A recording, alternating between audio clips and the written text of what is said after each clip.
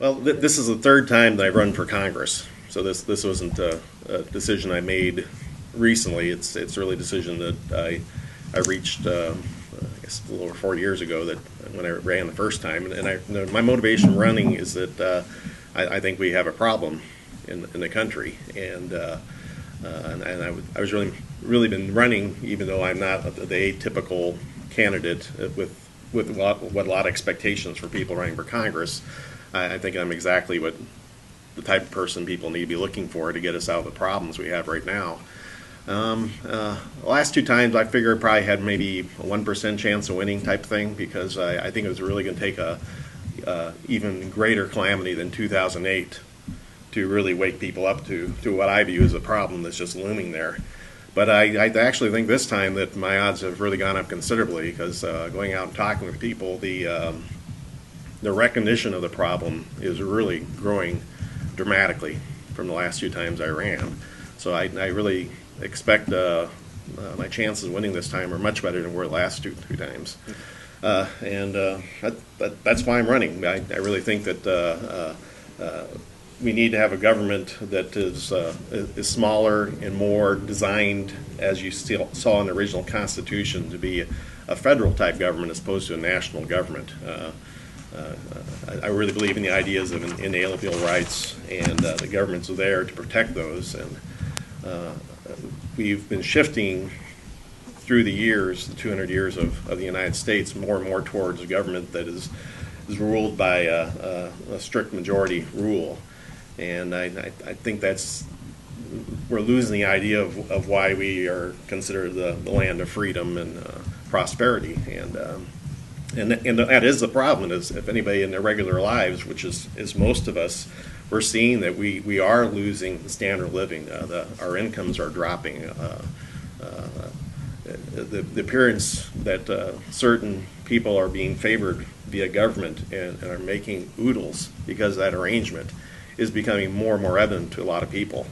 And we're going to have to correct that. That is the problem, and I recognize it, and I think as other people recognize it, they're going to be looking for candidates like myself. So are you saying, what's the president been talking about lately, economic inequality or whatever? Are you saying that's a big problem? Oh, I am. But also, it's really important when you think about that. Is to me, it's not that there's income inequality, because things are never going to be equal. It's not our job to make sure everybody's equal in the world. But it's important to have the rules and the situations and the opportunities equal, so that the really huge disparity we have right now, I think a lot is generated because that is no longer the case. I think the regulations and having a business that's cozy with government is really swayed the playing field. I don't think it's a fair, equal shot, and I think it's becoming evident to a lot of people. So how would you change it? Well, there's three things I would do under that philosophy. The first thing I think we need to do is get rid of the Federal Reserve System. That's a central bank we've had for 100 years, and I think these ideas of central bank and what the Federal Reserve System, a lot of people don't know. They can't relate to these ideas yet at this point, but probably the best thing you can do is, you did a little history, went back to Andrew Jackson and what he said about the central bank then, and if you study that, the same problems he was talking about, it being stilted towards the wealthy and causing regional disproportion, I think those criticisms are valid today. Central banks are not a good idea, and guess what? It's not a United States problem. This is a worldwide problem. Central banks are running all the modern economies all over the world at this point. And that's why you see all the problems happening all over the world, whether in the EU or China that's printing up money like mad in those countries. It's the Keynesian idea that you don't really need production, you just need to produce dollars, and that's the same as that's what makes a good economy. And I just think it's garbage economics. I think people like Paul Krugman essentially paid academics who get paid real well to give cover to people who are finagling a system to feather their own nest at the expense of most of us. So you said there were three things. What's the second? Oh, second thing, first thing is eliminating the Federal Reserve. Second thing would be to balance the budget. In other words, I do not think that you can have government that constantly spends money it doesn't have. And as we know, that's just not a federal issue. We're here in the state of Illinois, which is one of the worst states that hasn't learned that lesson. That's important. In other words, here I am at 57, and I see people here, and our whole life we've been living with these huge debts, so we've kind of, I think, got pacified in thinking that, well, I guess nothing really bad happens. I guess it's okay, but economically it's not true. These debts do have to get paid. They do mean something, and once those debts get large enough and you start getting the cascade of people calling the debts and expecting it and they're depending on it, the domino effect of that is the crashes like we started to see in 2008. So do you raise taxes or cut programs, and if so, which? You cut spending. And what do you cut? Everything. Which is? Military? Military, yes. So do you have any military? The only thing I don't think we should cut is veterans benefits. But you can say anything on your list on there, we need to cut back because we're spending money we don't have. It's really nice to be altruistic and say, yes, we'll use government to help people. But we can't do that at the point we're going to destroy our monetary system and our economy because we want to give so bad that we're going to just print up money and hand it out. We have to have a sound dollar or the whole system will collapse. So should the Medicaid program be cut in half or eliminated? It definitely needs to be cutting back. I don't have a 50% figure, but I definitely think we have to have programs like that have to be self-sustainable. They can't be black holes that, oh gosh, we promised to provide these benefits. We don't have the money for doing this. Medicaid is for poor people to get health care, so they can't give it, so there has to be somebody paying taxes for that. So you're saying just don't, and so do you? I'm not asking or suggesting that it should be eliminated. I think that aid via government needs to be reasonable and pared back. In other words, best picture I can use to describe that would be, in other words, let's take the room here. There's 7 of us, and one of us, is having a tough go, really can't make it. Well, 6 of us can jump in and system. But let's say there's 3 of us who are hurting. Well, now it's dependent on 4 people to support those 3 people. And that gets a little bit more sticky and difficult, especially if it ends up being a permanent problem. So there has to be a balance there on how you help. I think that we've exceeded that. In other words, I definitely could say, if 10% of the people really can't function in the marketplace, need assistance, I understand that. We should help them out. But when you start seeing that half the Americans are getting checks from the federal government, we're hitting a point that it's not reasonable, it's not feasible. We can't be that generous. So what should happen to Social Security? Because that's a lot of those people are on Social Security that they paid into. I think programs like that should not be mandated.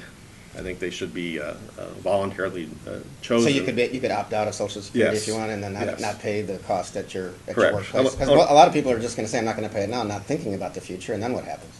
Well, I actually think that people have the ability to make their own judgment. I don't think we need to have a big brother government that goes to people and says, no, your judgment's not solid. We're going to take that away from you. I don't agree with that. And what's your third point? The third thing is we have to reduce the size of government. In other words, government spending amount of money, even after it's balanced, we still have to pull it back. And that's really because our federal government has become a national government. It's doing things which, in my opinion, are unconstitutional. That's the third leg of trying to return prosperity for everybody. It would be reducing the size of government. Name something unconstitutional. Well, I would say the prime example we have right now, even though we've got a Supreme Court by force saying otherwise, it would be the Affordable Care Act. I can't think of anything that's just more, to me, completely wrong as far as a constitutional basis than coming in saying you need to buy insurance. And I would go beyond that personally, is that I actually think that it's there should be an unalienable right to privacy. And part of privacy should be that your own body and your own health care is your own. and that government can't come and dictate what you do for your own health care, for your own body. I think that violates a basic tenet, even though that's not ever been a Supreme Court case, and there's no Bill of Rights that defines what the right to privacy is. I think it's been 200 years. We're just forming those ideas as humanity about what the Bill of Rights and unalienable rights. I think we've really improved on our understanding of what that means, and I really think the right to privacy should be an aspect of how we delineate what government can and cannot do. So where are you on abortion? Because there are some bills in Congress to restrict it. That'd be an area where I'm not a typical Republican, because I'm not a person who backs pro-life legislation. I definitely think abortions are something you try to avoid, but I don't think a slim majority should be dictating to a minority in invading the right to privacy. I consider reproduction and health care to be a private decision. I think we're still in a realm of trying to convince people, but I don't think we're in the area where a slim majority should be telling the other people what to do. And on the same basis, I don't think we should be having a slim majority saying, you need to be paying for other people's abortions. I don't think that's right. Well, right now the federal government can't under the Hyde Amendment anyway. You're right, but I'm just telling you that's my philosophy. In other words, it works both ways. It's not, abortions and having is normal, and that should be normal part of society and part of government programs. I think that's a personal choice, not a government choice. Okay. After Newtown last year, there was surveys showed a lot of people wanted it, but Congress didn't do it, like background checks for sales of guns. Do you have any thoughts on that? I think what we're doing wrong there is a kind of a basic idea that we're producing lists of people who can have guns. Well, we've had the Supreme Court cases, and having guns is a constitutional right. So it doesn't seem right we're making lists of people who can have guns. What we should be doing is we should be making lists of the people who are prohibited from having it. People who have mental problems that we don't think they're sufficient, or other disabilities that preclude them. We definitely should have a list of people who shouldn't have guns and making steps to make sure they don't have them. But this idea that we need to document people who are good seems to be the wrong approach to me. You're basically a person, if you don't have a definite problem, you should be able to buy any gun you want. Does that include like bazookas and tanks, or where do you set the line? Machine guns, which are still illegal nationally now. Yeah, I do think that having a tank doesn't make a whole lot of sense. I think where would you draw the line? Yeah, or should there be a legal line? In my own mind, when I'm thinking about it philosophically, how do you draw the line? I don't think there is a good definitive line. I think there's a certain amount of judgment that has to go in there on a case-by-case basis. When does a rifle bore and length get big enough that it's now artillery? I'm not sure exactly when that line is, but I don't have a good definition for that. You ran against John Shimkus first, right? Yes, that's and then correct. This last time, was it the new 13th? Yes, yes. When Tim Johnson won that primary. And what's the highest percentage you got? Somewhere around 13-14%. Okay. Yeah. Have you spent any money this time, or have you even got a campaign account? I do have a campaign account, and I haven't spent any money so far in the campaign. Okay. Given that you're running against Rodney Davis and a former Miss America, Erica Harold, isn't this a kamikaze mission, and why are you doing it? And are you trying to win or just make a point? I mean, why? And I know you're a veterinarian, right? Yes, I am. And you're still practicing during the campaign? Yes, I am. I had a vet call this morning. Why are you doing this? I'm doing it because one of I call them bamboozles. We already talked about what I consider the greatest bamboozle, which is our central bank. I can't think of anything that's been sold to us as being done for the benefit of all of us, which has actually been the opposite. It's been for the benefit of a few, and for the rest of us, we're getting high inflation rates that destroy our savings or diminish our buying power, or it makes us dependent on the banking system as we're scrambling trying to keep up with inflation by having to put money into banks. I think all those things are bad effects for most of us. Well, the other big bamboozle, I think, is big money in government. It's one of those kind of ironies, because you're bringing up something that I hear a lot, and it's pretty much one of the status quos that if you're going to be a successful national politician, you need lots of money behind you. Well, the number one problem we have in the country is there's too much money involved in government. We have special interests that have gained too much influence in government. And your question, kind of the corollary to it is that, well, you're not a reasonable candidate unless you have big money behind you. Well, I would say the opposite. In other words, it's not a problem I'm underfunded, is that the newspapers and journalists, if they're being honest, should be reporting the candidates that have $100,000 or more as being overfunded. Because if they're no longer being supported by their constituents and individuals, they got big money behind them. That big money comes from businesses that have a cozy relationship with government. The way government's going right now is a big competitive advantage to them, and they want to keep that ball rolling. I think someone like myself, you're right, money is always nicer to have to help make sure people know you're out there. But I'm really running because I'm out there, because if people are looking to change it, I'm giving them that choice.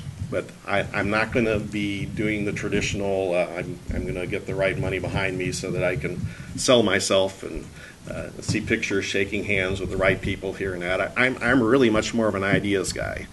And ideas guys haven't won. Big money's always won. Our whole life, I won't deny that. But I think we're at a point, because of the huge problem we have dwelling, that's going to change. And the country needs people like myself who are representing the ideas, that you need people who are regular Joes. I'm a dad. I run my own business. They need people who have some academic intelligence to handle the multitude of problems out there. Well, I have a doctorate degree. I definitely have a great academic program. I've run my own business. I know what it's like to deal with local regulations and federal regulations. I ship animals overseas. I'm used to doing all that. I've been a dad. I know what that is to raise kids and go to the grocery store and run a family. I am the concept that we want representative governments, that you need people like me. I'm not a career politician. I'm not an attorney. I'm not a celebrity, but I'm exactly the type of person people should be looking for. So the question is, are they going to be looking for me this time or not? I definitely say the last two times people voting in the primaries weren't looking for me. But I really think that tide is going to be swinging. I don't know if I'm still too early, but I do think this country will catch on and do that. And I'm running because I think I can win. I think people are going to be looking. I pay a lot of attention to candidates because Yes. of what I do. I get paid to do that. It's Yeah. really kind of fun. And until, like I call, and you came up here, I haven't seen you in Springfield, had no evidence of your campaign. So then how are you telling the electorate who you are if people like me paying close attention have not seen you? Well, I don't think most of the time at the events, like you say, because I've participated in the past, that really capture a lot of people. Most people don't have time. I've hosted events, and you come to a community where you would figure people would want to come out and see, and 15, 20 people show up. Well, it's nice to get a little bit exposure out there, but people have not been motivated to go out and look, and I still think that's not the case. But I do think via papers like yourself, and that's why I'm here, that still play an important role, and I am trying to nudge you to recognize how important it is to cover people who don't have big money on an equal basis, because it's prejudicial, and I believe you're just a shill for big business if you don't do so. And I also pay attention when Bernie writes, and I think he does a good job. So I don't have. I've been a shill for big business for a long time. I don't think so, but I do know some reporters I would put in that category. But I think it's really important. The papers report it fine. If people use the internet, because the internet is our best hope for getting unfiltered information to candidates. In other words, you say, I'm not here. Anybody's interested in me that saw my name on the list, and people aren't trained to do this yet. I think we still have my generation, and we're computer and illiterate for the most part, unfortunately. But that's changing too, and as people recognize that if they get information on candidates like myself, so that they can take a unvarnished view of who it is and what they're thinking, what they're saying. I am out there. In other words, if you do a search for Mike Firsching, or do a search for Rodney Davis, or do a search for Erica Herald, you'll get just as much information on me, and the information I put out on ideas and what I stand for is much better than any of my candidates, Democrat or Republican. In other words, I actually come out and state my ideas of what I think is important, and I think I do that better than any candidate. So if voters are not going to be led around by nose by big business ads, they're really going to try to judge who's going to represent them the best and who has ideas, I stack up terrific. That's my personal Well, it's opinion. kind of interesting because Congress cannot get really more unpopular. I mean, I agree. the general public does not think much of Congress at all. So, do you hear that when you talk to people? Definitely. I mean, that when I was talking about the change, when I was going out at various towns gathering signatures, the number of people who say that they're sick and tired of what's going on. Their one job politically is to vote against incumbents, and they're disgusted, much higher than I've ever seen before. I think it's a real thing, and being placid and thinking, well, things are always going to come out as they are. Whoever raises the most money and it's going to win. I think that paradigm is going to shift.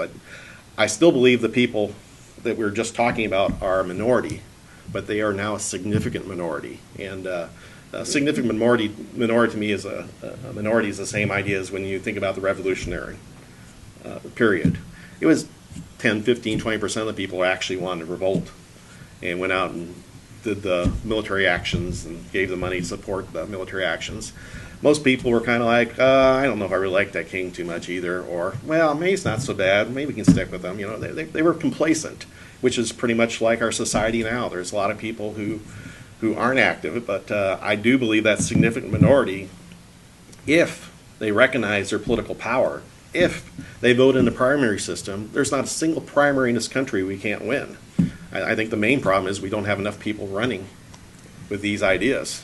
But I think someone like myself, if people recognize that they're disgusted with what's going on, they want something different. If they do any sort of homework at all, that they'll find me. And if they take the trouble of voting in the minority, in the primary system, people like myself will indeed win elections.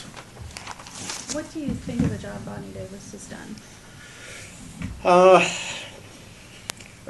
Rodney still is more of a big government guy than myself. I probably would draw a parallel with Tim Johnson. When I ran against Tim Johnson was, in my opinion, the best congressman we had in the state of Illinois. I still ran against him because he still had some big government aspects, and I wanted to bring forth a vote and say, no, we need to decrease that even more. Well, Tim, even though he won, dropped out, and Rodney came in. Rodney is much more of a person who likes to solve the problem by government spending more money. And I find that disappointing. I don't think he's moving the country at all towards where we need to solve the problem. Do you have an example of that? I would probably pick up his own farm bill that he brings up to where he's expanding corporate welfare with the insurance program. He's expanding that. Insurance is not a federal duty. It's unconstitutional, in my opinion. Should we do away with? I mean, what farm program should we do Well, away we should. with? The insurance we definitely should get away with. So crop insurance should not be federally backed. It should not be run by the federal government. Correct. So it should be private if you want it. Yes, for sure. There's no reason to be subsidizing that. It's not correct, and also the idea that this is a protect family farm is I don't believe. I think this out to support corporate agriculture. Okay, food stamps are a big part of the farm bill too. Do you think they should go away also? Food stamps is something where probably as they cut them back is the right direction. At least they're reducing that. That's heading in the right direction. Food stamps programs fit in that other subject like I mentioned earlier is that we're being too generous with it. There's people we need to help, but it's not the right system. The right system is to protect the ability to get out and get a job, which we're not doing right now. I assume you don't think there should be a minimum wage set by the government either? Yeah, minimum wage to me is just awful economics. Essentially, to me, minimum wage, and I know everyone here should have known the arguments on it, but minimum wage is essentially saying that we're going to make it, you're getting $8 an hour, we're going to make it 15. Well, that person who's making $8 an hour now will make zero. And I don't. Well, right now it's $7.25 at the federal level. I mean, do you think should that even exist? No, I don't. You think businesses should be able to pay whatever?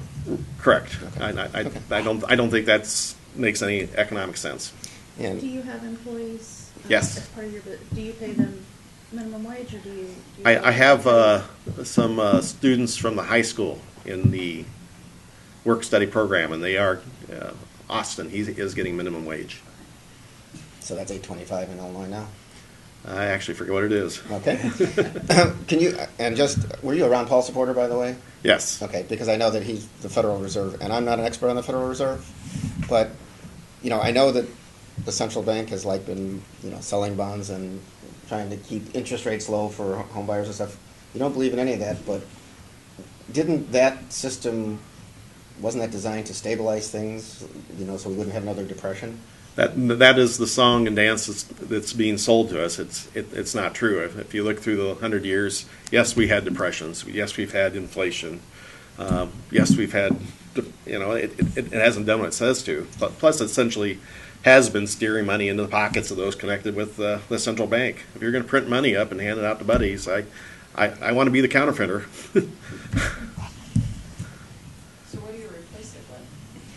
Well, I think it's important to understand what money is, and probably one of the most important function of money. This is getting kind of academic. I think will not appeal to people, but I'll ask you a question: is that money is a way of transmitting what the value of something is. In other words, whenever we think about, well, what's that worth? We're comparing it to money.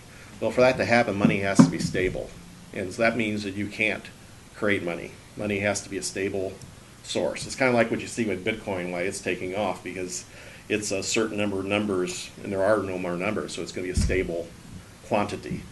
So that's what you need for money. So how do you stabilize it? I think I would love to see us save the dollar, eliminate the Federal Reserve, and essentially say the money that we have now, that's it. We do not create any more money. That's how you do it. Doesn't wealth get added as people like mine gold and stuff? Yes, through time we'll have a deflation, which is predictable and normal. And as inflated as our money has been this right now, we could definitely go through probably 150 years of losing or deflating 3% to be fine. We actually might get another 60 years where the penny's worth something again. And deflationary thing, there might be some bugaboos about that, but a stable monetary supply and a slow deflation works perfectly fine. We did that the first 100 years of the United States, and it's no clamp on the economy at all. We have a few minutes left. I was wondering, what are your thoughts on U.S. involvement in overseas conflicts? Yeah, foreign policy. I think we're way too involved in other countries' business right now. I think that going over to Iraq, where we lost over 4,000 people and killed 500,000 Iraqis, and if you look to see what we have to show for it, I don't think we have anything to show for it. We've been pouring lives and money into the sand. I think it's ridiculous. If I'd been in Congress back then, I wouldn't have approved going to war. I certainly wouldn't approve funding for continuing like they just did. But the last budget, we're going to spend more money in Afghanistan. We're going the wrong way. We should be pulling out of these conflicts. We have no business being that involved in other people's business. We're not doing them any good. That's where I stand. Is there actually maintain bases overseas? I think we can eliminate almost all the bases we have currently right now. There's going to be a reason for having bases when we have conflicts in other parts of the world, which I'm sure will happen from time to time. But the warfare state we have right now, which is a Ron Paul-ism, I don't think it's good for the country, and I don't think it's good for the world. And I want to make sure I understand where you sort of fall on the spectrum. Are you Republican? Are you? Do you consider yourself more Tea Party? What are you? I'm running on a Republican ticket because the Republican Party has the themes which I think are most important. In other words, when I see someone like Ron Paul, who's a Republican, that he's on the mark. When I see a Justin Amash, who's in right now, I think he's right on the mark. My feeling is that the most important thing about the Republican Party is the idea that government is supposed to be small. That's totally a Republican idea. It certainly isn't a Democratic Party idea. So I'm running Republican Party saying that we've been electing Republicans who essentially give lip service to that idea, but they're not following through. I think the Republican Party expects to bring the country back and be a gatherer of more people. That has to be the most important position any Republican has. And as Republicans and anybody voting Republican primary, they're going to be voting because we need to get people in who believe in small government. And they're not just saying that, they mean it.